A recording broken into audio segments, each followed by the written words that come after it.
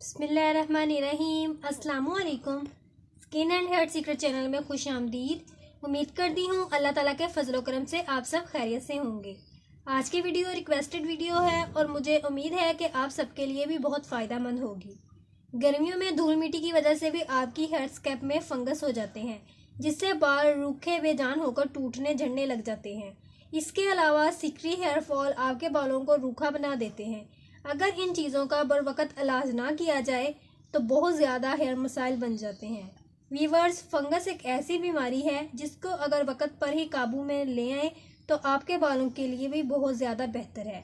इसके निजात के लिए लोग महंगी महंगी ट्रीटमेंट करवाते हैं, जिसमें उनको गोलियां या क्रीम्स वगैरह का इस्तेमाल करवाया जाता है।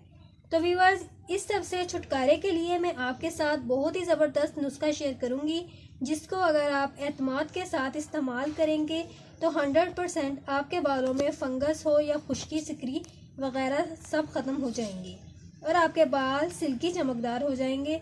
तो व्यूअर्स, रेमेडी शेयर करने से पहले आपको मेरी वीडियो को लाइक करते हुए चैनल को सब्सक्राइब करना है और बेल बटन को लाजमी प्रेस करना है ताकि हर वीडियो का नोटिफिकेशन आपको सबसे पहले मिल सके। तो चलिए इसको बनाना शुरू करते हैं। 2 चम्मच घर की जमी हुई दही ले लें।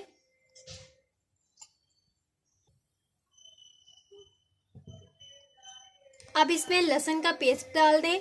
लहसुन के आपने 2-3 जोए लेने हैं और इसको अच्छे तरीके से पेस्ट बना लेना है। इसके बाद नारियल के तेल की 1 चम्मच ले लें। सेब का सिरका आपने 1 चम्मच लेना है, ये भी इसमें शामिल कर दें।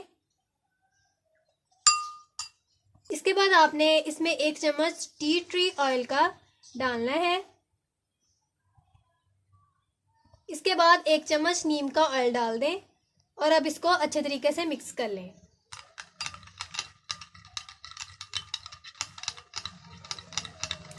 यहाँ मैंने इसको अच्छे तरीके से मिक्स कर लिया है। अब मैं इसको लगाने का तरीका बताती चलूँ कि आपने सर धोने से 1 घंटा पहले इसे अपने बालों की जड़ों में अच्छी तरह मसाज करते हुए लगा लेना है। मसाज हथेलियों से नहीं, उंगलियों की मदद से करनी है। अच्छी तरह मसाज कर लें और 1 घंटा बालों पर लगा रहने दें। वीवर्स, इसका इस्तेमाल आपने हफ्ते में 3 बार लाजमी करना है। इंशाल्लाह 2 हफ्तों के इस्तेमाल से ही बालों में फंगस, खुश्की, सिकरी जादुई ख़त्म हो जाएगी।